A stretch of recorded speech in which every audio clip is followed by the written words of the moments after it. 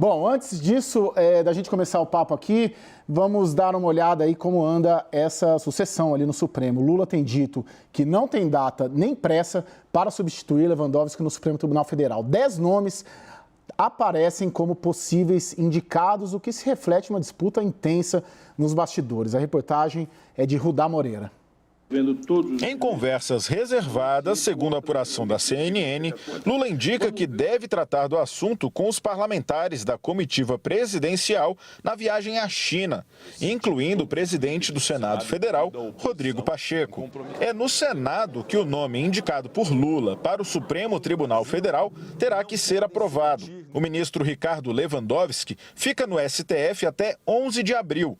Um mês antes da aposentadoria compulsória, quando completa 75 anos de idade.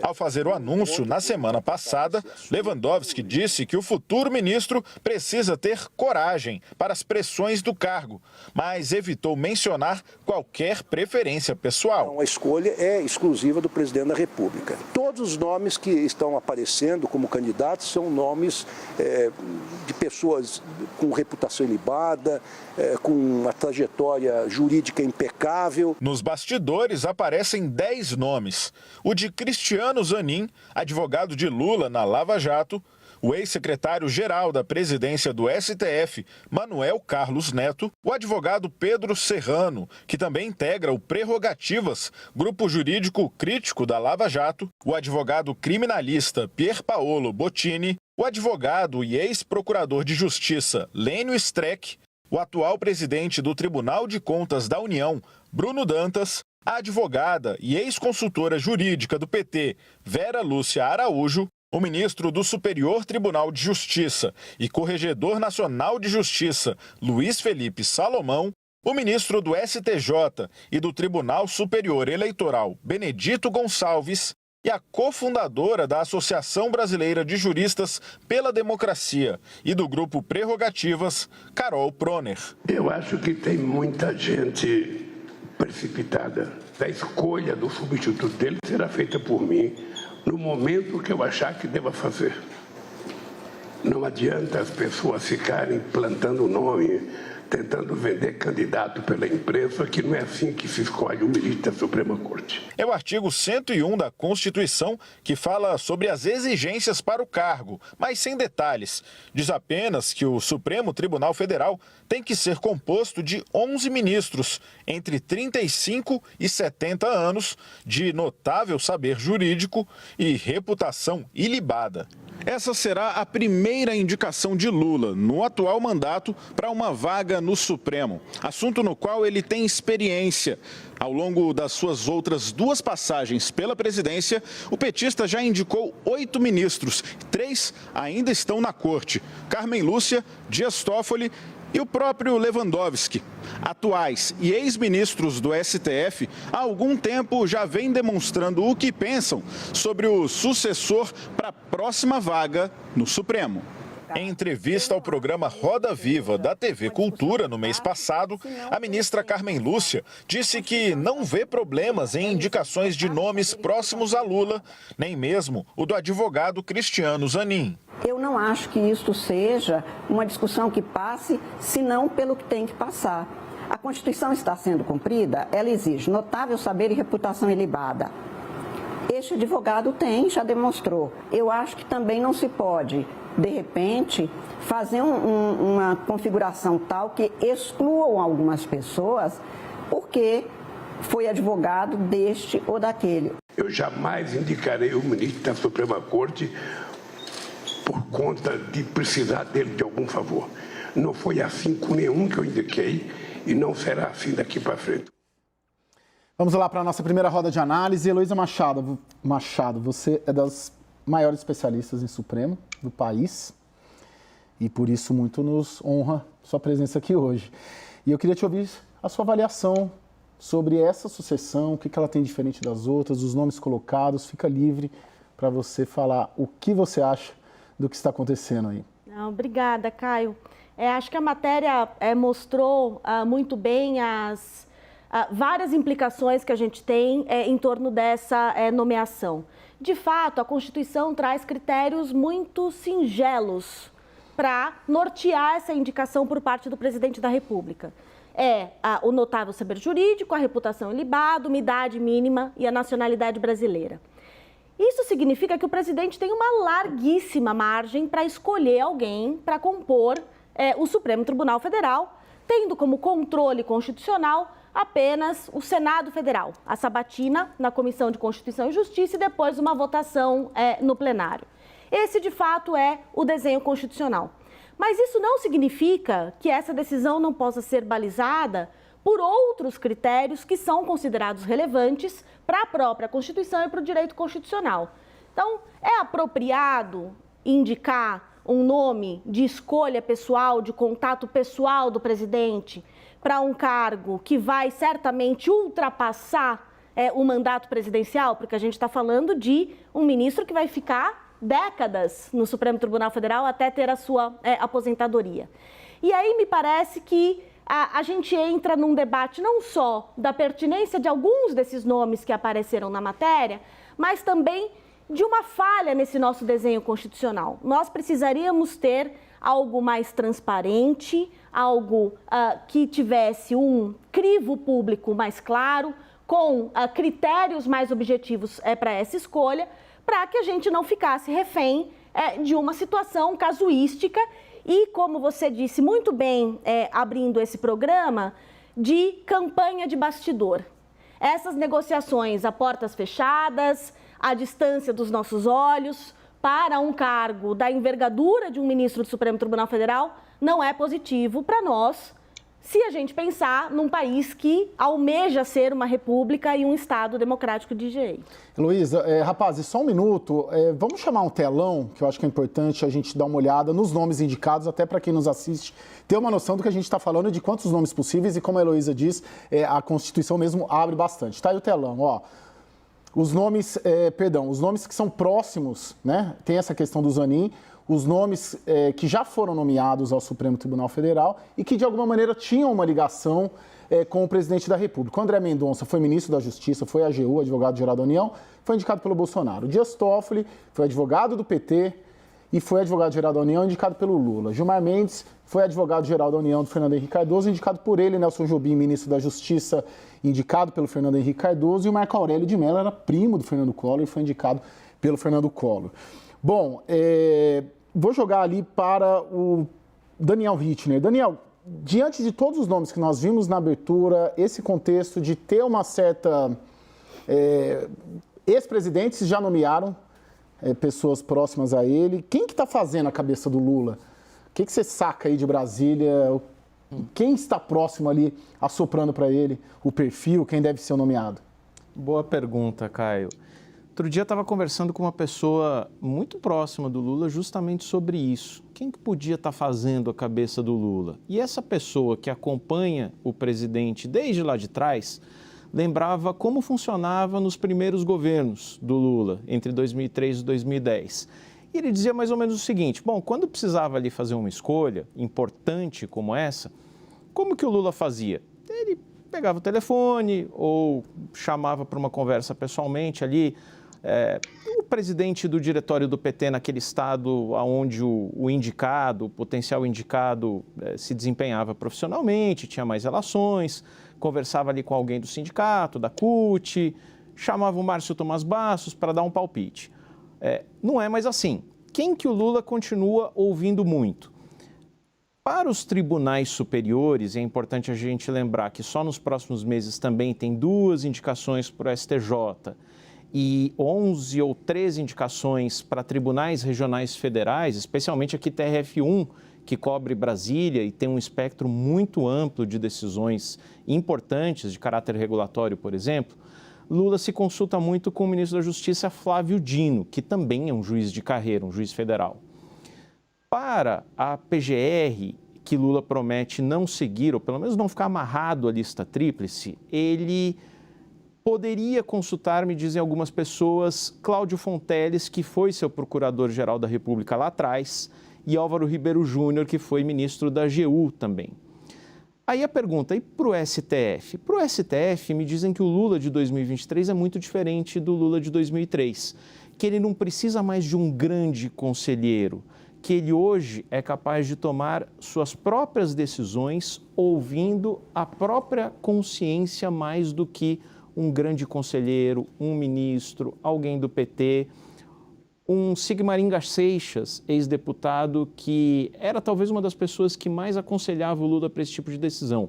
Hoje o Lula é um presidente que chama quem ele está interessado em nomear, como vai fazer no Banco Central, por exemplo. A promessa é que Lula não quer nomear ninguém para as diretorias do Banco Central sem ouvi-las, sem entrevistá-las, entre aspas. E acho que é um pouco isso a tendência de acontecer para o Supremo Tribunal Federal. Não só para essa primeira vaga, mas como pelo menos outra que vai surgir ainda em 2023 e talvez até uma terceira ao longo do mandato. Bacana, Daniel. Eu já ouvi também que o Lula ele não toca nesse assunto e quando tocam nesse assunto, sem que ele queira que toquem nesse assunto, ele desconversa, ou seja, esse assunto só é provocado por ele quando ele deseja, não quando alguém deseja tocar desse assunto com ele. Ô Guilherme, sua leitura aí dessa sucessão, você é cientista político também, né? Além de diretor de inteligência da Quest, então eu queria te ouvir sobre isso. Como que você está vendo essa sucessão, essa guerra ali de bastidor, muitos nomes, muita pressão, o universo jurídico se movimentando, qual que é a sua leitura? Legal, Caio. Primeiro, vale citar uma questão muito importante para a ciência política, né? O STF, a Suprema Corte, é uma instituição que a gente chama de contramajoritária, ou seja, tem algum papel da instituição de não necessariamente ir no que a população quer, no que o presidente quer, né? O presidente é eleito pela maioria. Então é sempre legal lembrar isso, né? Como o STF tem um papel diferente de outros cargos, né? Como o presidente ou mesmo o Congresso. Dito isso, né, o desenho constitucional, o desenho institucional que a Luísa citou, a gente tem o presidente que indica os ministros da Suprema Corte. Em outros países não necessariamente é assim, por exemplo, na Colômbia quem indica é o Senado. Então é um outro ator político que vai indicar. E vale ressaltar que, de certa forma, é um cargo técnico, né, como presidente do Banco Central, ministro do TCU e etc., mas o processo tem uma parte política que é especialmente este momento. Por que isso? Porque o presidente, né, vai indicar, o presidente é um cargo eleito via eleições, e aí tem, digamos, essa escolha. Como a Heloísa trouxe, né, o ministro do STF fica por muito tempo, tem uma influência grande na nossa vida, interpretação da Constituição, em diversas decisões, então é um cargo muito relevante. E o presidente Lula, né, dá para ver que ele vai sim pensar muito no nome. As decisões do ex-presidente Bolsonaro tiveram impacto na visão do Lula no seguinte sentido, de que os ministros indicados pelo Bolsonaro são muito novos, né, são muito jovens. E por isso que o nome do Cristiano Zanin, que é um nome mais novo do que outros, parece estar ganhando força. Dito isso, né, a gente vai ver, acho que um quadro, que isso vai trazer muita repercussão, né? Essa decisão, a sabatina no Senado, vai ter muita implicação. Por quê? A gente sabe que o Senado, apesar de não estar nas mãos, né, a presidência está com o Rodrigo Pacheco e não com uma ala bolsonarista, mas o Senado tem nomes muito bolsonaristas. Então, o processo, a indicação e depois a sabatina vão ter muita discussão. A gente vai voltar a ver uma discussão entre lulistas e bolsonaristas, né? Vai virar um tema muito quente na política. Então, essa indicação do Lula, ele vai ter que pensar, né? O quanto que essa indicação vai ser política e causar polêmica, ou eu vou colocar um nome menos conhecido que o Zanin, que foi advogado dele, para causar, digamos, não deixar a panela de pressão esquentar demais. Então, vai ser interessante ver isso, e eu imagino, né, assim, como o presidente, na hora de indicar, claro que a decisão é dele, mas ele tem que ouvir nomes e tem que pensar como vai ser esse processo, não só, digamos, lá na frente, né, nas decisões do ministro, porque ele vê que a Suprema Corte devia interpretar o mundo, mas também nesse primeiro momento de indicação e da sabatina que vai acontecer nos próximos meses. Heloísa, se o presidente te chamasse lá no Palácio do Planalto semana que vem, te perguntasse, Heloísa, você é a principal das principais especialistas de Supremo do país, o que eu devo considerar ao fazer essa nomeação? Quando a gente olha para frente, né, e nos desafios que são colocados para o Supremo Tribunal Federal, a gente vê que ele tem não só um papel de conciliação com os outros poderes, seja com o legislativo, seja com as demais instâncias do judiciário e a própria presidência, como também tem a missão de ajudar a concretizar uma Constituição muito audaciosa, né, que é a nossa Constituição de 88. E uma Constituição que, se por um lado avançou em muitas das suas diretrizes, também deixou a desejar na sua implementação em outras. Então, qual seria o melhor nome possível para se pensar para o Supremo Tribunal Federal? alguém que fosse capaz de entender os desafios que a Constituição apresenta. Quais são as dívidas históricas que nós temos, o que nos falta para que a gente possa atingir os objetivos da República, né? A erradicação da pobreza, a redução das desigualdades, o desenvolvimento econômico. Qual é uma cabeça que vai olhar para a Constituição e preservar esses pilares? E é por isso que é tão importante ser um nome que a gente saiba quais são as posições. É absolutamente normal um presidente indicar alguém que esteja no âmbito do seu espectro ideológico. Ele tem este poder constitucionalmente conferido. E a gente viu aqui que muitos ministros do Supremo, de fato, já foram advogados gerais da União, ministros da Justiça, o próprio Alexandre de Moraes foi ministro da Justiça de Temer. A gente tem várias posições desses ministros em governos, o que já é um indicativo de que havia ali alguma afinidade ideológica. Isso não é um problema. Quando uma pessoa é pública, né, e esse notório saber jurídico, quer dizer, todo mundo sabe como ela se posiciona em relação a essas questões, é uma boa diretriz para a gente pensar nesse nome e qual papel ele terá nessa concretização da Constituição, a seguir o exemplo político-ideológico que o presidente quer. Então, se a gente está falando de Lula, que tem como sua principal bandeira a erradicação da pobreza, foi a principal promessa de campanha, foram as primeiras medidas adotadas pelo governo em relação à retomada do Bolsa Família, em relação a outras medidas. Imagina-se que um ministro ou uma ministra será alguém que tem este tipo de preocupação ou uma criação jurídica em relação a esse tema dos direitos sociais. O debate todo de qualidade de um ministro acaba sendo esvaziado por essas relações pessoais, né? Por essas campanhas.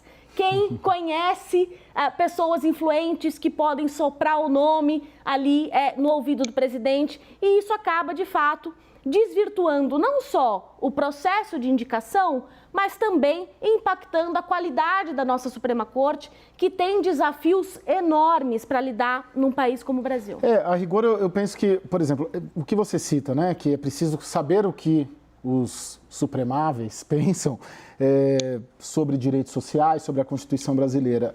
Essa justificativa ela tem sido usada até contra o Zanin, né, de que por grupos de advogados, principalmente aqui de São Paulo, que não... O que o Zanin pensa? A gente não sabe o que o Zanin pensa. Como quem precisa saber o que o Zanin pensa é o indicador, é o presidente da República. O que eu sinto é que nesses casos, assim como em todos os casos anteriores, mas eu tenho acompanhado essa sucessão e visto um jogo muito intenso no bastidor, forte, pesado também, de que, na verdade, advogados querendo ter um ministro, apadrinhar um ministro do Supremo. É basicamente isso, porque são 11 ministros. Abre uma vaga agora. Se eu consigo indicar alguém próximo a mim, eu vou ter um interlocutor no Supremo Tribunal Federal para me ajudar ali na interlocução, nas grandes causas milionárias, muitas vezes. Eu vejo por aí. Eu acho que tem muitas vezes, e isso na política é clássico, né? Você tem uma justificativa técnica ocultando uma justificativa política. Você tem essa impressão, Guilherme? Olha, Caio, primeiro que o Brasil, né, a gente tem uma coisa muito especial. O STF é uma figura que como instituição aparece muito, os ministros aparecem muito também. Nos Estados Unidos, né, a Supreme Court, né, a Corte Suprema, ela aparece, mas muito menos, e como instituição, não tanto quanto os nomes.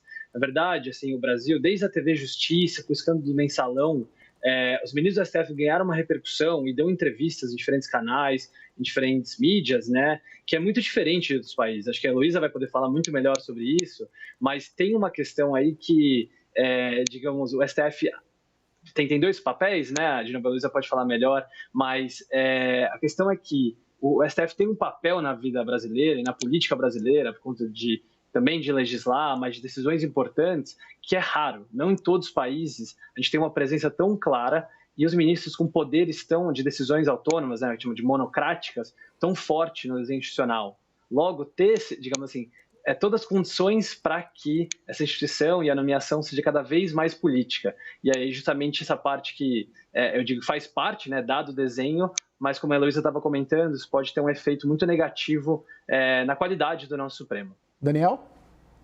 Eu queria reforçar esse ponto levantado, trazido aqui pelo Guilherme, porque veja que hoje as pessoas têm mais familiaridade com os 11 nomes do Supremo Tribunal Federal do que com os 11 nomes, talvez, da Seleção Brasileira de Futebol. E isso é reflexo da intensa judicialização da política nos últimos anos. Outro dia pegava um levantamento aqui, Caio, mostrando que no governo Jair Bolsonaro o principal freio para decisões políticas não foi a oposição no Congresso, mas o acionamento, aí sim, pela oposição, do Supremo Tribunal Federal para colocar ali algum tipo de medida, pedir algum tipo de liminar para decretos ou mesmo medidas provisórias, leis que haviam passado, numa média impressionante de 2 ações por semana ao longo desses 4 anos, levadas ao STF só pelos partidos de oposição. E isso continua, não há nenhum sinal de freio nesse tipo de atitude, mas nem do próprio Supremo. Veja agora o que está se debatendo com a lei das estatais. Me parece um caso clássico em que o Legislativo deveria decidir por conta própria, alguns defendendo uma posição mais leniente, com nomeação, critérios para nomeações de políticos, de sindicalistas, ministros, secretários, outros um pouco mais criteriosos, né? Mas o importante é que é um assunto que cabe principalmente ao Legislativo decidir, não ao Supremo, muito menos por uma liminar, como foi o caso.